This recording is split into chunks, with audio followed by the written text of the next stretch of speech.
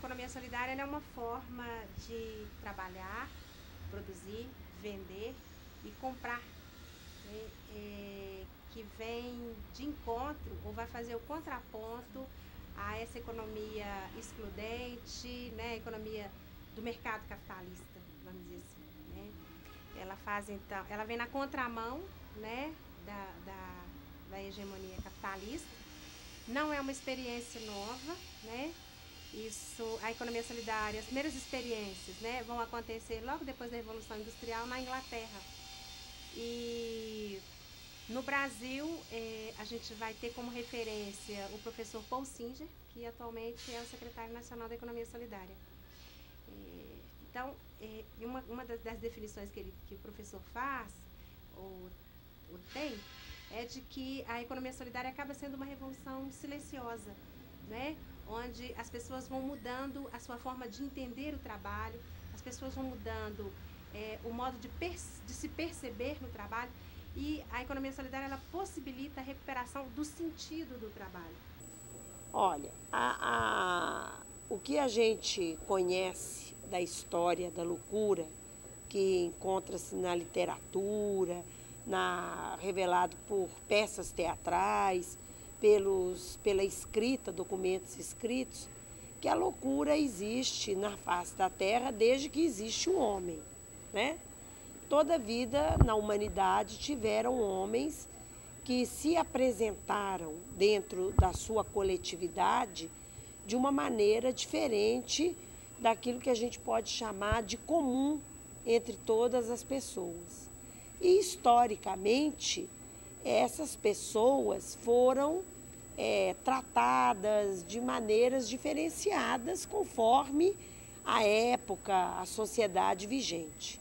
Se a gente for pensar nas sociedades indígenas, primitivas, nas sociedades tribais, as pessoas que se comportavam de uma maneira diferente da maioria das outras eram encaradas como possuidoras de vozes, de deuses, de dotes especiais, e eram tratadas como pessoas diferenciadas, como pessoas até com um certo nível de privilégio.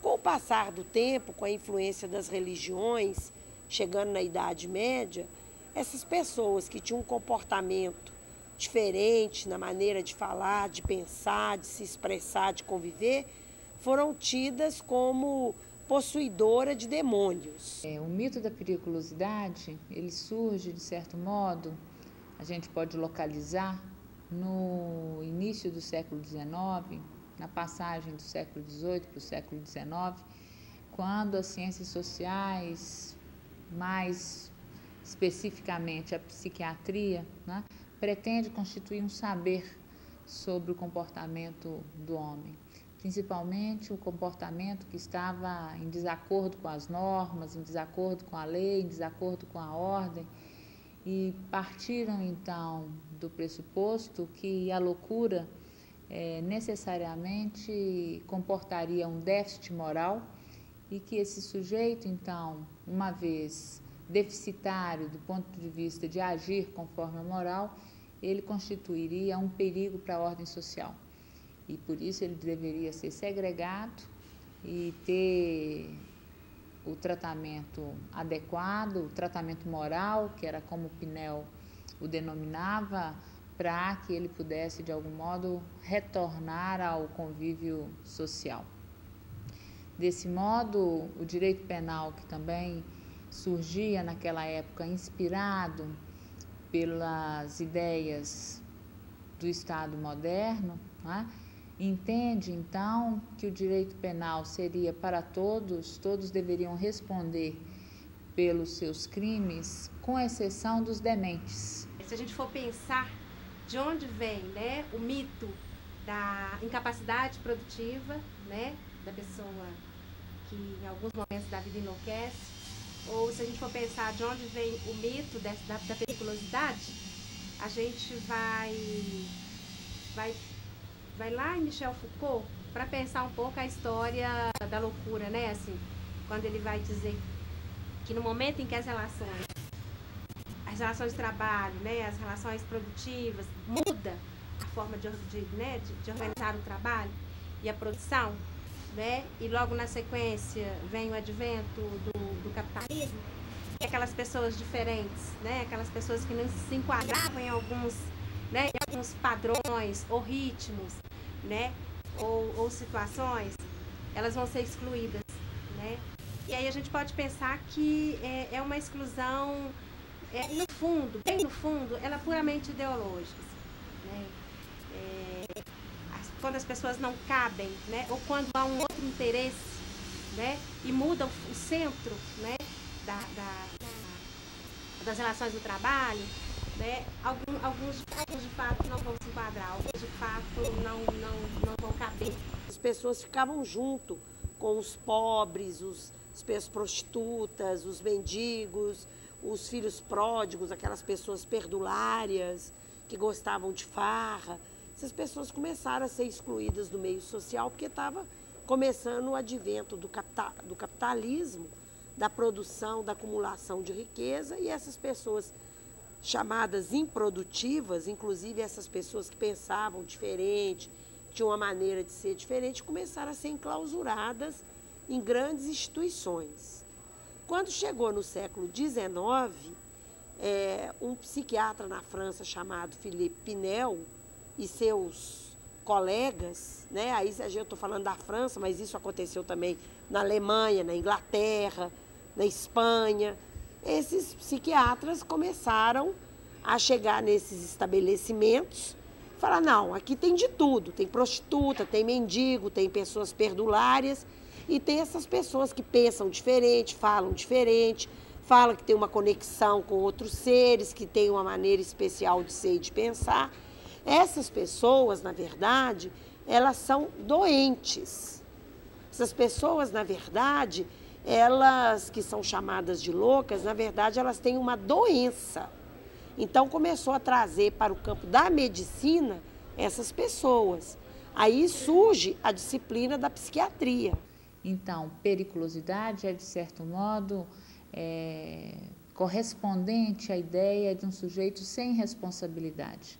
Então, é essa parceria entre uma inimputabilidade, ou seja, um sujeito sem responsabilidade, e a periculosidade, que transformam, então, um estigma social de que, de certo modo, a loucura porta em si o perigo por não ter condição de responder por seus atos como todos que o praticam, né? Então, nesse sentido, a gente pode dizer que a ideia de periculosidade ela vai ser responsável pela justificação da segregação no manicômio, né? Uma certa ideia de que o louco é imprevisível, de que ele não é responsável, que ele pode fazer mal a si e aos outros, né? E que isto é algo intrínseco à sua condição psíquica, e por isso ele deve ser afastado da sociedade para a defesa social. Porque vamos pensar aí a história, né, a história da loucura ao longo dos últimos 200 e poucos anos, né? Aqueles muito diferentes, né?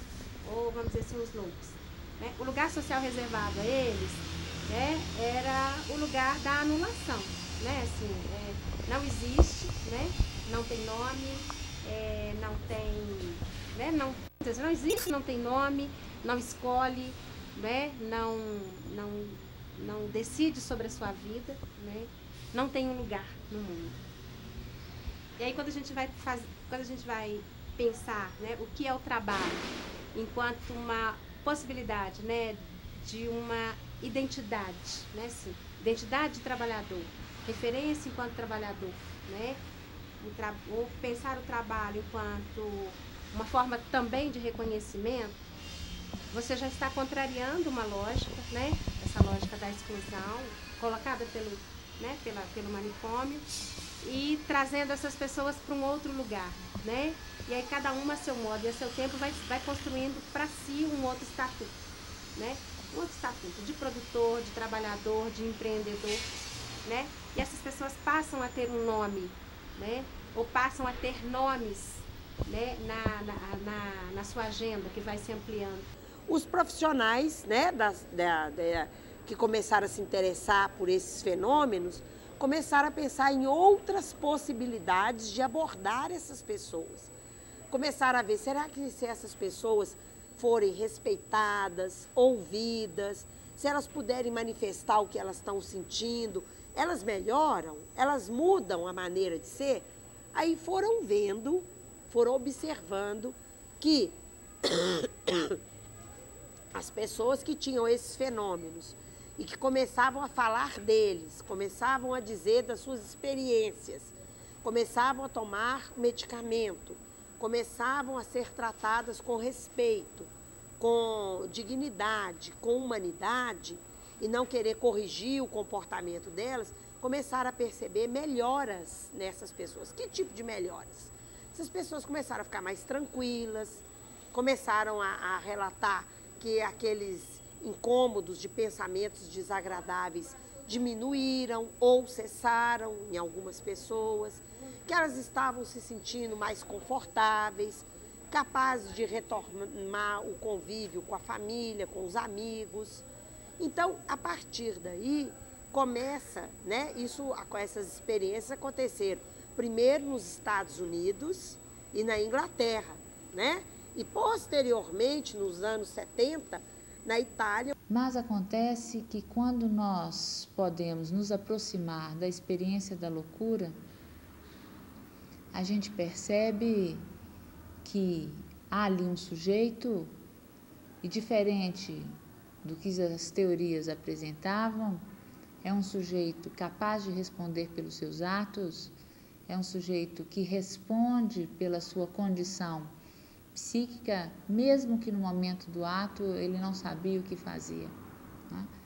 A resposta do sujeito, ela é articulada essencialmente ao ato, né? O ato é em si uma resposta da sua condição, e é por isso que ele responde por ele, responde por suas consequências. E considerar que há um sujeito na loucura, um sujeito que responde pela sua condição, que responde pelos seus atos, é condição sine qua non para que possamos considerar que o sujeito ele é capaz de responder e de inserção social e de estar aí circulando e de se responsabilizando pelo que da sua condição ele é capaz de fazer. Então, é essa mudança de paradigma que permite, então, que a gente possa perceber na loucura um sujeito capaz e responsável pelo laço social que ele faz. Pelos idos de 99, os usuários, né, se organizaram, né, formularam esse pedido. Uma ONG da luta antimanicomial, o Fórum Mineiro de Saúde Mental, vai captar recursos, né, e criar as condições para que os usuários, essas pessoas, fossem se qualificando, né, se preparando para o trabalho. Ao mesmo tempo em que elas iam, né, se apropriando das habilidades técnicas, né, elas iam, né, também trabalhando, estudando e buscando um conceito, né, uma ideia do que poderia ser um empreendimento ou uma cooperativa, ou um lugar onde eles pudessem trabalhar. Então, esse período de formação, ele não encerrou ainda, né? Assim, porque a gente vai dizendo que é uma formação contínua, né? Mas essa qualificação organizada, formalmente, ela durou cerca de 5 anos, né? Somente em 2004 é que formalmente foi criada, né, a empresa social, a organização não governamental Suricato.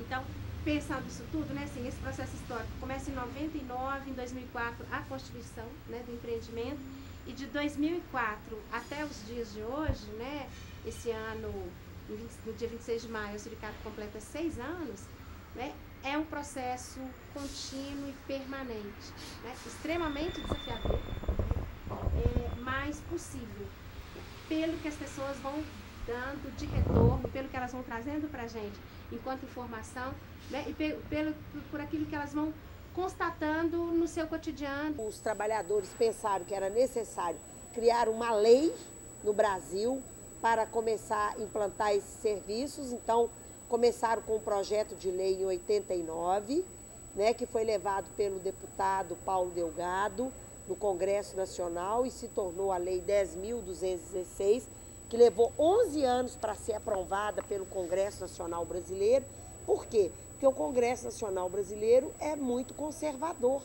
Então, essa lei só foi aprovada mediante muito trabalho, muita negociação dos trabalhadores, participando quase que mensalmente de audiências públicas na Câmara dos Deputados e no Senado Federal, para ela ser aprovada. Então, foi uma luta enorme e uma luta muito árdua do movimento dos trabalhadores e aí já de algumas associações de usuários que foram se constituindo a partir da criação deste movimento. E ainda hoje estão em processo de constituição, né? Muitos serviços hoje de saúde mental estão estimulando a criação de associações de usuários e familiares para defender os direitos de cidadania das pessoas com transtornos mentais. E ampliar as suas possibilidades de resposta é o que permite que o sujeito possa dar uma outra resposta diferente daquela que ele deu naquele determinado momento. A segregação, ela só caminha no sentido da subtração de recursos. É esvaziar ainda mais as possibilidades de dar outras respostas. E se a gente amplia os recursos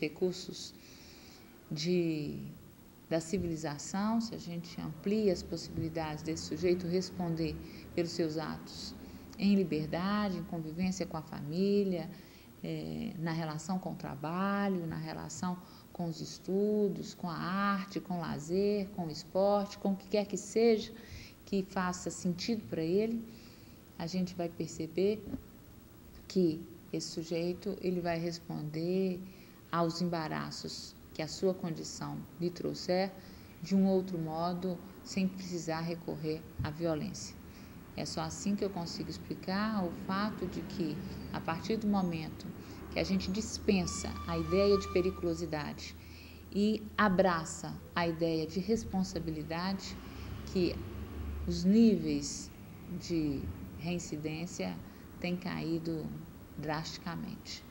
Bom, eu me sinto assim, primeiramente eu me sinto privilegiada, porque até então quando você me pergunta como que eu cheguei, né, assim, como que eu faço parte do sofrimento mental, eu cheguei num momento assim praticamente no coma do sofrimento mental. E através dessa oportunidade da gente estar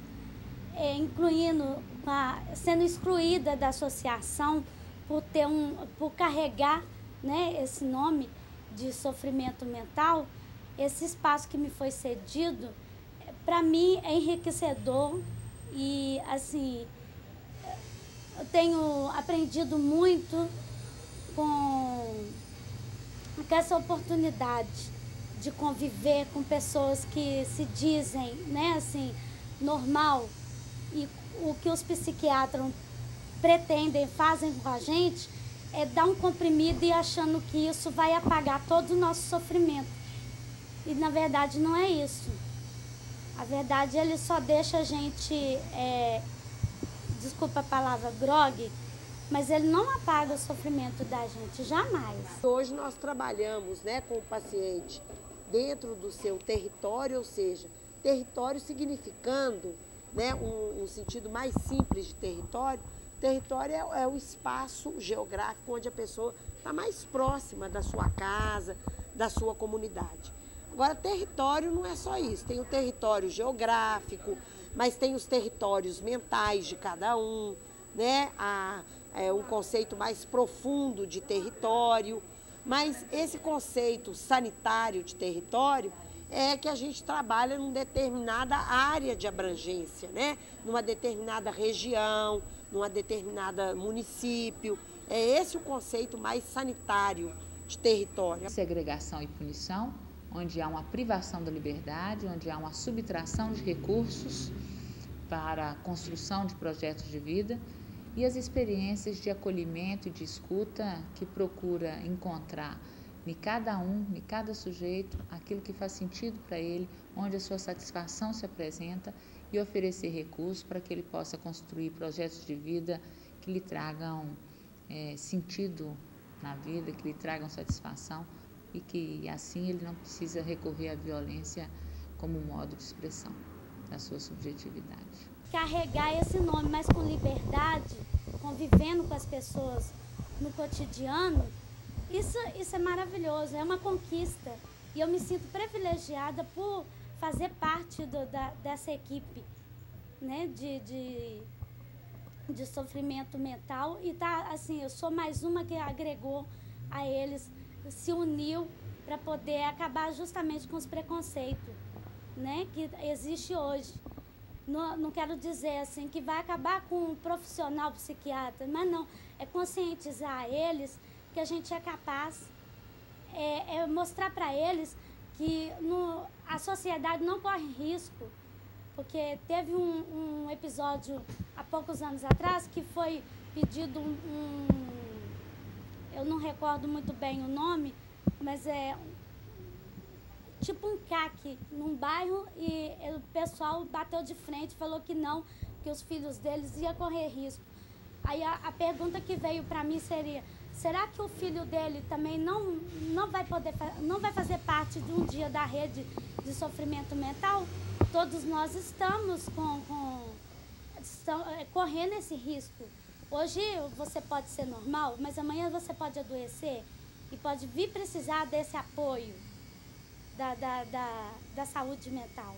A saúde mental precisa de se tornar uma política de Estado, ou seja, uma política de todos os brasileiros, independente dos governos que venham ocupar, né, a presidência, o Estado, o município, porque ela é uma política, sobretudo, de direitos humanos e de defesa da vida e da liberdade das pessoas que tenham suas diferenças. 18 de maio.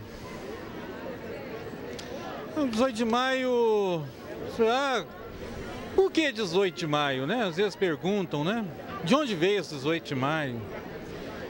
Eu, sinceramente, acho que é a mesma coisa de perguntar assim, de onde veio o samba, quando foi que nasceu o samba, quando foi que nasceu a capoeira, quando que foi que nasceram as melhores coisas desse país, né? Não sei, não há uma resposta precisa. Tal como o samba, a capoeira, tudo de bom que esse país criou, nasceu da confluência da luz, da sombra, de raízes profundas da nossa cultura, nasceu da dor, do sofrimento, da luz, da esperança. Eu acho que é isso, um tanto isso, 18 de maio, né? Desde lá do encontro de Bauru, quando se criou o movimento de luta antimanicomial, já se vão mais de 20 anos, né? A gente se põe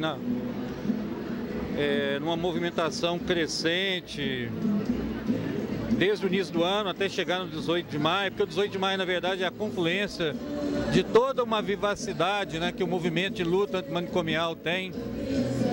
É fantástico ver o que acontece nos centros de convivência, nos serviços, na preparação do samba, não é isso?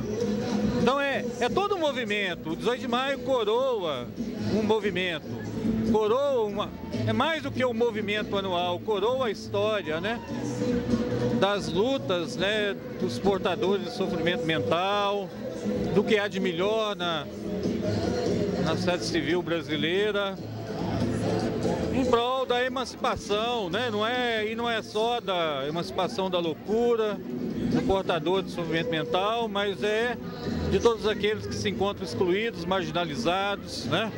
À margem de uma sociedade ainda muito injusta, né? Então o movimento de luta antimanicomial, o 18 de maio, ele tem um alcance simbólico muito maior até do que da própria loucura. Eu sou usuária do Centro de Convivência e Providência. Eu já fui internada em hospitais psiquiátricos, né? Meu nome é Roseli Rodrigues Lapa. Veio de família mesmo, assim, a hereditariedade da doença também.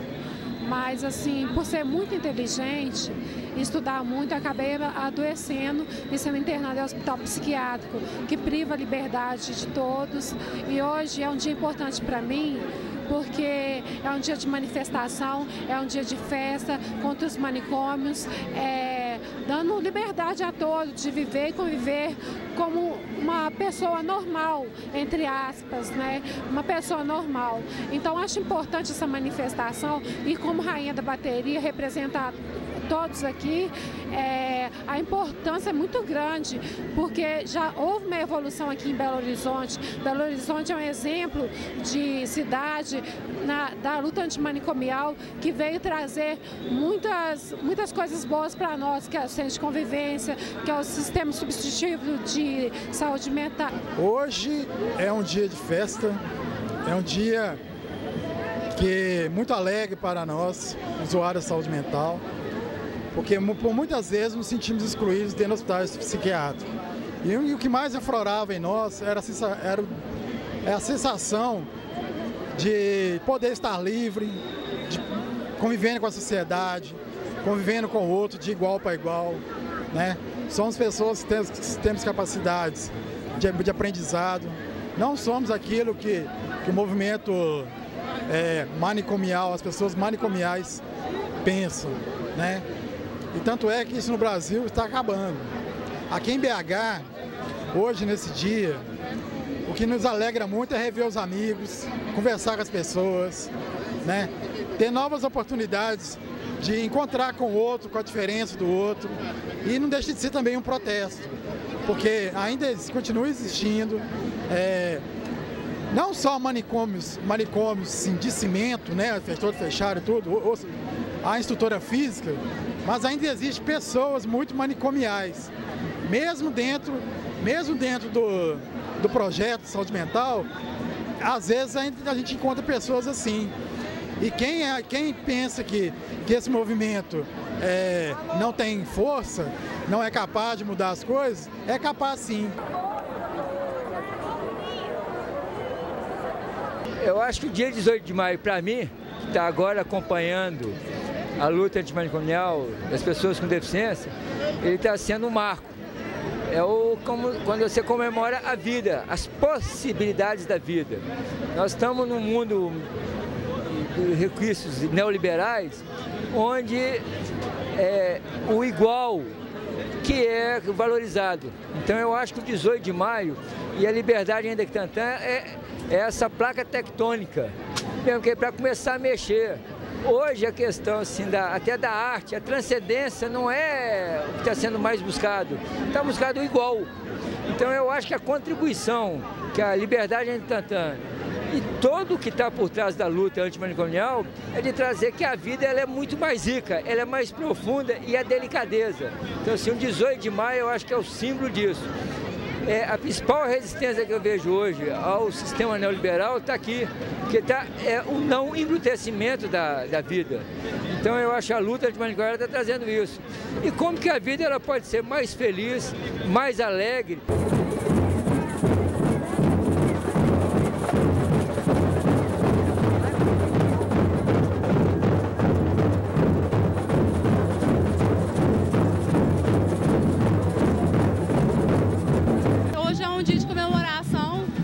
De maio, para mostrar que o portador de transtorno mental ele é capaz, como qualquer um de nós, como toda pessoa tem limitação, o portador de transtorno mental também tem a sua, mas dentro dela ele pode fazer o que tiver que fazer dentro da capacidade dele.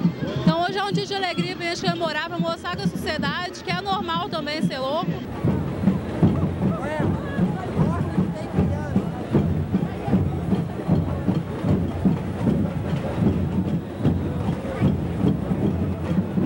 Portadores de sofrimento mental, há 8 anos atrás eu vim para a Associação Loucos por Você. A Associação Loucos por Você representa para mim hoje tudo na minha vida, que foi lá que eu melhorei, lá que eu conquistei a minha dignidade. E lutar contra o preconceito, contra a discriminação não é fácil. é uma luta árdua, assim, até que todos chegam ao conceito do que é o preconceito contra a pessoa que tem portador de sofrimento mental, ainda é muito cedo para poder falar alguma coisa a respeito da sociedade. Para mim, ter o transtorno mental não representa nada para mim, é como se eu fosse uma pessoa normal. Eu só tomo medicação. O que faz a diferença de uma pessoa normal é a medicação. E o 18 de maio, para mim, é a comemoração, é resultado das nossas conquistas, dos nossos 20 anos de luta, dos 10 anos de associação. E é um momento de festa também, é um momento de alegria, por que não? É um momento assim da gente se confraternizar e somar forças para que essa luta não acabe, para que nós não possamos desistir da luta antimanicomial, que essa luta veio para quebrar o jugo que estava sobre o portador de sofrimento mental. Arte da saúde! Todos os artes estão aí, já está todo mundo? É um protesto com alegria. O movimento de luta antimanicomial já faz história em Belo Horizonte e nós somos apoiadores também bastante antigos e acho que essa luta, protestando e fazendo a alegria de Belo Horizonte, vai fazer com que cada vez mais as pessoas com sofrimento mental tenham sua cidadania e seus direitos garantidos.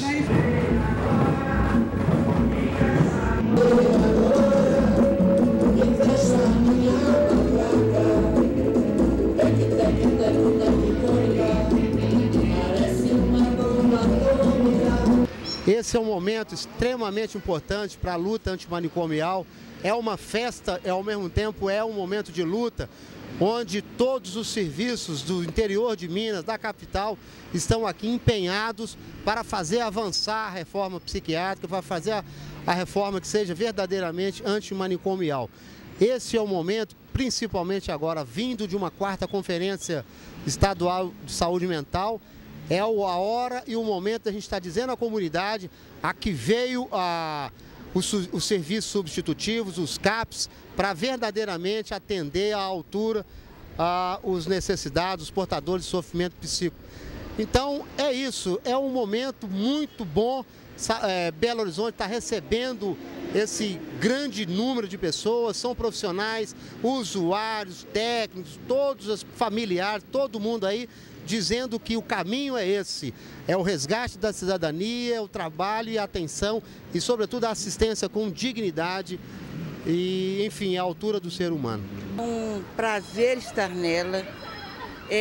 O meu ideal é lutar contra os manicômios, porque eu já consegui passar pelos 2 serviços, tanto manicomial como antimanicomial. Então, a partir dos 2000, eu encontrei os serviços substitutivos, que hoje eu sou uma presidente de uma associação de usuários da saúde mental, devido a todos os meus estudos junto à comunidade antimanicomial, e hoje me sinto a mulher mais livre do mundo.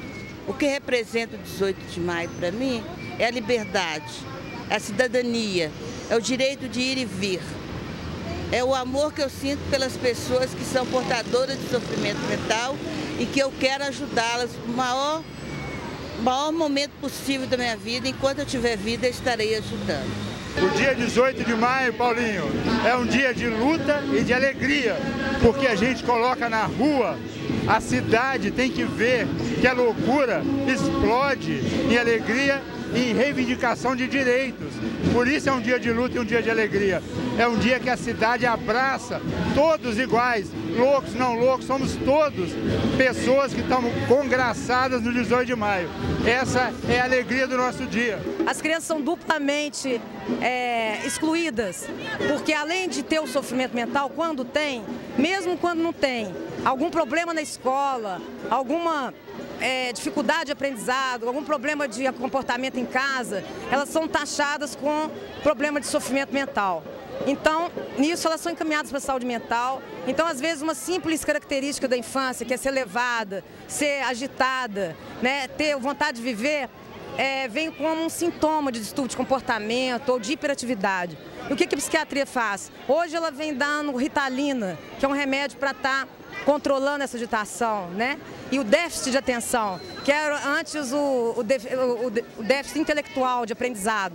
Então eles vêm mudando sintomas, mas a criança é a mesma. E a luta tem que ser essa, né? De mostrar que são crianças e que mesmo com sofrimento mental, elas têm direito como um cidadão, né? Um pequeno cidadão. E a gente, às vezes, adultos, tem que enfrentar essa luta para abrir frente para eles como protagonista. Então esse é o nosso papel aqui, né? E a gente tem tentado fazer que essas crianças participem mesmo dessa luta. E aqui no desfile é uma deles que eles gostam, eles sabem o que eles estão fazendo aqui. Eu acho que é aí que começa para essa luta, né? De psiquiatrização da infância. É isso que eles querem fazer, não só da infância, como do ser humano todo, né? Hoje, o cansaço é estresse, a tristeza, a depressão, a levadeza, a hiperatividade, por aí vai. A nossa sociedade está cheia de sintomas psiquiátricos e a gente não pode deixar isso acontecer. Nós somos humanos. A importância do 18 de maio e da passeata aqui, a importância é reafirmar o compromisso com a liberdade, com a perspectiva de uma cidadania plena, não é? Contra a exclusão, a favor da diversidade, acima de tudo um compromisso com a liberdade.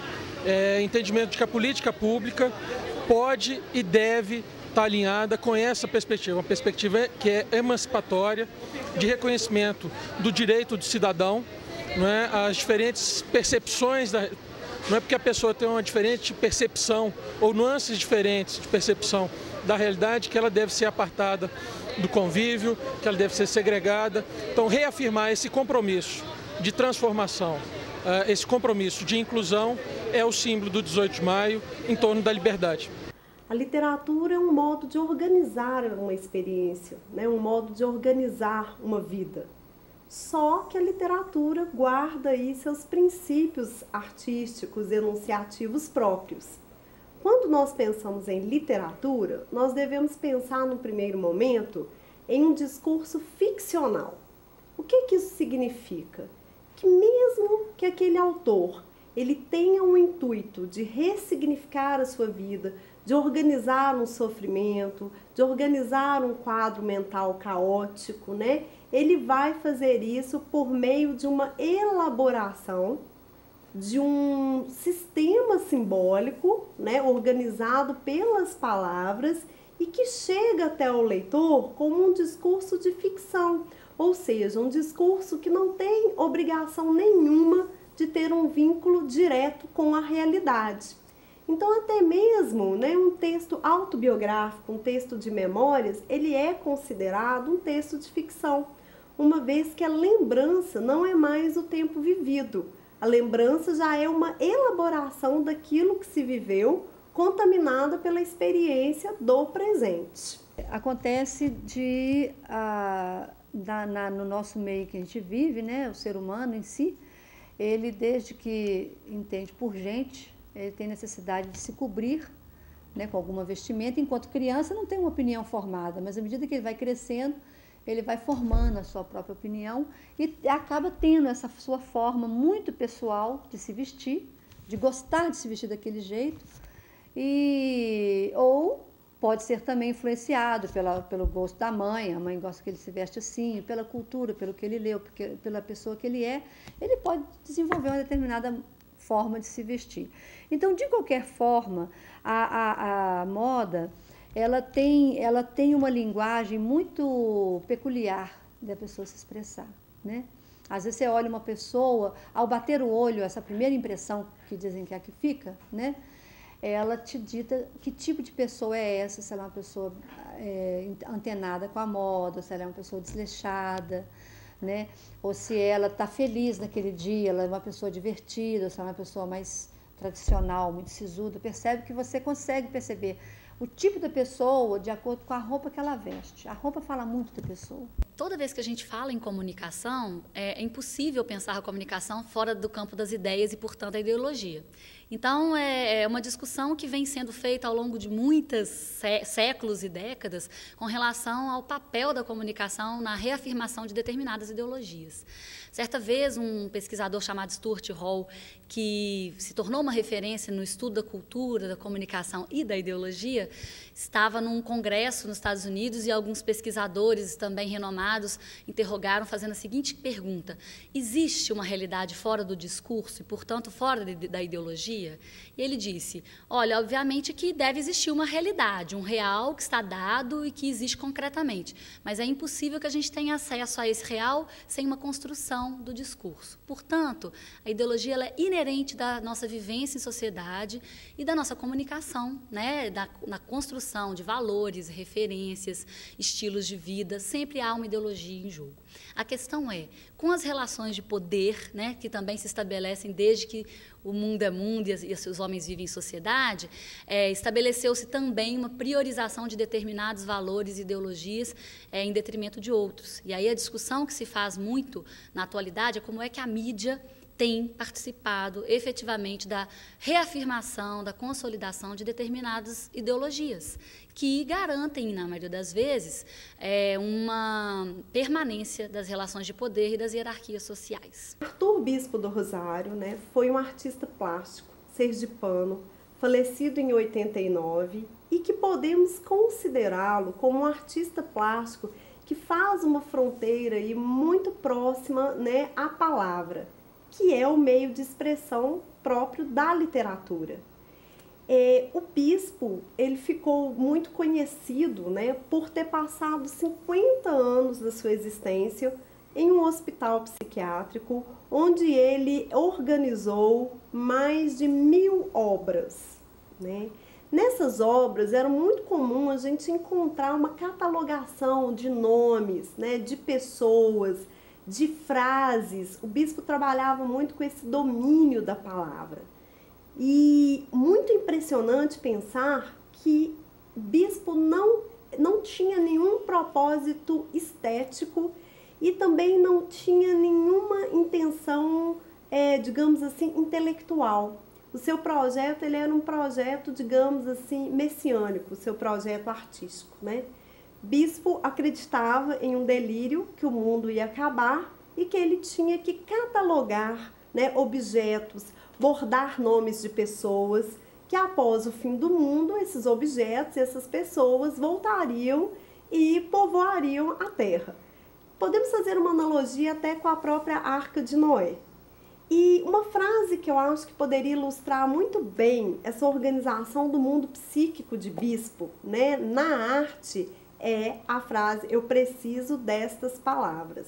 Com relação à moda se expressar nas suas determinadas tribos, né, a gente percebe muito isso. O mercado, inclusive, ele sobrevive através disso, né, porque as tribos se identificam, o ser humano, culturalmente falando, ele procura seus iguais, né? Então, a moda tem uma força muito grande, muito fácil de você perceber. Aquelas pessoas, aqui é o grupo dos skatistas, aqui é o grupo dos moicanos. Lá em Londres eu vi muito isso, né? Você viu aquele grupo daquelas pessoas andando com roupas pretas, todo metaleiro, aquelas, né? Identificava um grupo. Aquela outra moda dos moicanos, que era cabelos coloridos e umas roupas todo tatuado e tal, era outro grupo. E tem a forma deles se vestirem. Na verdade, essa forma da pessoa se aproximar dos seus iguais e formar uma tribo, é muito assim pelo motivo da aceitação naquele grupo, né? Se eu for daqueles que vai estar usando bermuda larga, calça de gancho baixo, e andando de tênis e uma camisetona por cima, eu sou um skatista, eu estou junto, eu vou ser aceito por esse grupo. Então, isso tem um apelo muito forte e que influencia muito na moda. Então, muitas pessoas que estão interessadas em ganhar dinheiro, às vezes falam, qual é o mercado, qual é o nicho que eu quero pegar? O primeiro a perceber e ter essa sacada de que a hegemonia é uma coisa diferente da ideia inicial que se tinha de dominação, né, entre uma classe dominada e uma dominante. No conceito de hegemonia, a gente percebe que muito mais pessoas, inclusive as classes dominadas, vão compartilhar consensualmente determinados valores, né, visões de mundo e as próprias normas do certo e do errado em cada época e em cada contexto social. Portanto, as pessoas muitas vezes dominadas não têm uma ideologia própria como a princípio se pensava. Na verdade, a hegemonia veio exatamente para elucidar como é que, através da cultura, se mantém e se criam consensos sociais que estabelecem e reafirmam relações de poder. Esse conceito de hegemonia é fundamental para a gente pensar hoje os meios de comunicação e a questão da invisibilidade. Por quê? A invisibilidade se constrói através dos valores hegemônicos e daqueles valores que foram, de alguma maneira, marginalizados ou massacrados, que a gente pode chamar dos valores contra-hegemônicos, que tentam sobreviver à margem. Portanto, pensar a invisibilidade hoje passa necessariamente por pensar nas hegemonias em cada uma das áreas da vida em sociedade, da vida social, pensar como é que em cada contexto, né, em cada local e em cada tempo, temos então determinadas invisibilidades e determinados valores consensuais. A nossa maior escritora foi, sem dúvida, né, Clarice Lispector, falecida em 77, conhecida, né, nas suas entrevistas pela intensidade de vida, né, a intensidade de pensamento, de sentimentos que povoava aí a mente e o coração dessa escritora. Uma frase que pode retratar muito bem a relação de Clarice com a literatura, né, é a frase: a palavra é o meu domínio sobre o mundo. Então, fora do domínio da palavra, Clarice se dizia morta. Quando eu não estou produzindo literatura, eu estou morta, disse ela em sua última entrevista, que foi ao ar póstumamente em 77. Clarice não se imaginava viva fora do universo das palavras. Toda a sua existência, né, todo o seu estar no mundo, toda a sua relação com as pessoas, com as coisas, com os animais, porque Clarice também construiu uma literatura que a gente chama de bestiário, né? Uma literatura que fala de animais de uma maneira muito profunda, se dava por meio desse universo literário. Então, é conhecido, né? Nas entrevistas de Clarice se evidencia muito que a literatura foi o espaço de organização da existência dessa escritora. É claro que o leitor não pode fazer uma aproximação exata do que está nos textos literários de Clarice e a sua existência, uma vez que há uma separação, né, entre o autor de carne e osso e sua obra. Os ditames da moda começam com a indústria química. Por exemplo, se agora nós estamos usando muito verde, isso já aconteceu 5 anos atrás, porque eles desenvolveram o pigmento verde naquele tom, distribuíram aquilo para a indústria têxtil, ela criou um tecido que foi enviado para os estilistas mais famosos do mundo, onde a moda acontece, Milão, Londres, Paris, né? E eles criaram produtos que podem ser conceituais ou podem ser produtos mesmo de venda, né? Porque a gente vê esses desfiles malucos aí e fala, mas ninguém vai usar essa roupa. Mas atrás daquilo ali existe um conceito, o conceito da cor, o conceito da forma, né? E o apelo, venha, que aqui tem coisas que você vai gostar, até pela curiosidade, né? Então, a indústria da moda, o processo dela, ele é muito forte, porque ele lança esses produtos, né? De uma forma, assim, através de desfiles, tem eventos atrás disso, tem patrocínios atrás de tudo isso, né? Ela vai lançar esses desfiles, que vai vir com tendências que os estilistas criaram. E esse apelo eu quero vestir essa calça porque a Alexandre McQueen fez, eu quero usar essa saia lápis porque está na última moda, porque 3 estilistas fizeram, você viu? Você viu aquele vestido agora, que agora é ballonê? Você viu aquela calça, agora é saruel, estou usando demais, eu quero ter uma saruel. Eu preciso ter uma saruel, senão eu estou fora. Se a gente pensar hoje na globalização, o que é que a gente tem? Uma série de países com suas diferenças culturais, diferenças geográficas, econômicas, etc., que, com certeza, estão nessa tensão, nessa agonística entre nações para determinar aquilo que vai se tornar consensual, compartilhado, e aquilo que, de uma certa forma, tem sido esmagado, tem sido ocultado ou cada vez perdido mais o seu valor dentro dessas culturas. Essa discussão que pode passar pela questão da globalização também está internamente dentro de cada país. Então, cada país estabelece uma luta, uma tensão permanente entre os diversos segmentos e grupos da sociedade com seus determinados valores para, em cada momento, atualizar o que é o hegemônico da nossa sociedade.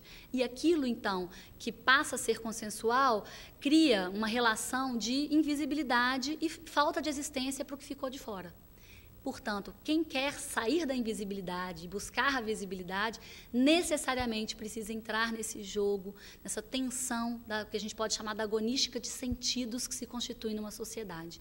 E isso é algo dinâmico, mutável, mas lento. Infelizmente, é algo que, para ser modificado, depende de muita batalha, de muitos questionamentos críticos, de muita discussão, inclusive no nível mais normativo e legal da sociedade, para que essas coisas, pouco a pouco, possam ir se alterando, como a gente vê na história, várias pequenas mudanças e conquistas para essas minorias e para essa diferença social.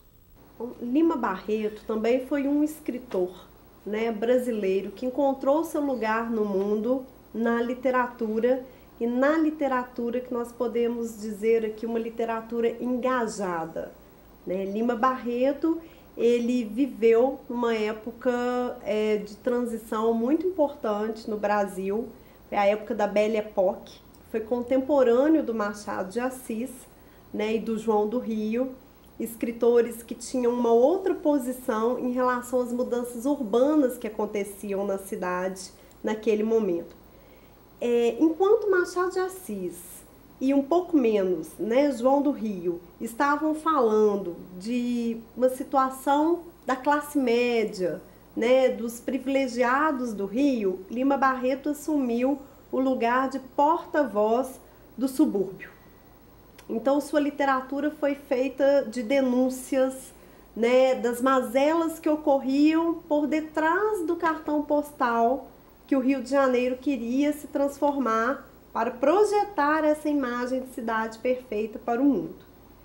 Lima Barreto sofreu diversos preconceitos, não conseguiu entrar para a Academia Brasileira de Letras, tinha uma personalidade difícil, né, acentuada por um quadro de alcoolismo e depressão profunda.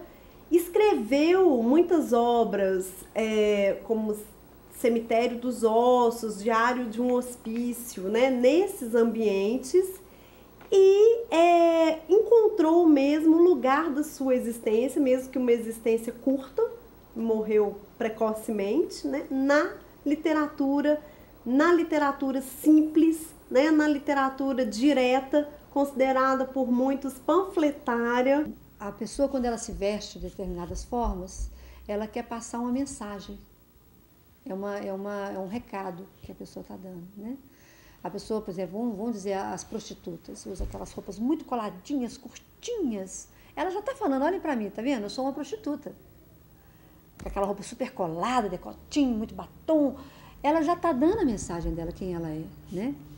Então, muitas vezes as pessoas querem ou agredir ou se passar por despercebido de acordo com a roupa que ela veste, né? Então, a moda, no âmbito pessoal, ela passa muito por isso. O que eu quero falar sobre mim? Qual que é o recado que eu quero dar sobre mim? Quem sou eu? Né? E isso é uma coisa muito interessante, quando as pessoas, mesmo simples, como a gente vê, o Bispo do Rosário fez aquelas loucuras lá, com aqueles mantos, né? O manto do Rosário foi uma coisa muito estudada na moda, a gente estuda isso também. Como que a linguagem dele, o que ele quis dizer com tudo aquilo que ele colocou no manto dele, era uma história que estava contando. E as pessoas fazem isso em si também. Às vezes o cara se tatua totalmente, né? E umas tatuagens às vezes agressivas e tal, porque chama atenção e as pessoas vão olhar para ele. Às vezes ele quer que as pessoas olhem para ele. Se ele não quisesse que olhasse para ele, ele passaria por despercebido. De uma outra forma, não se faria tão evidente, né? Então, a moda tem muito disso. Ao bater os olhos, você olha e fala, esse cara é um artista, ele parece um artista plástico, ele parece um professor. Nesse enredo de ternura, sou apenas mais um outro, inventando a minha vida. O amor não traz tristeza, só nos dá esperança de fazer de nossa vida brincadeira de criança. Vem, vem, vem, na avenida você tem os tambores.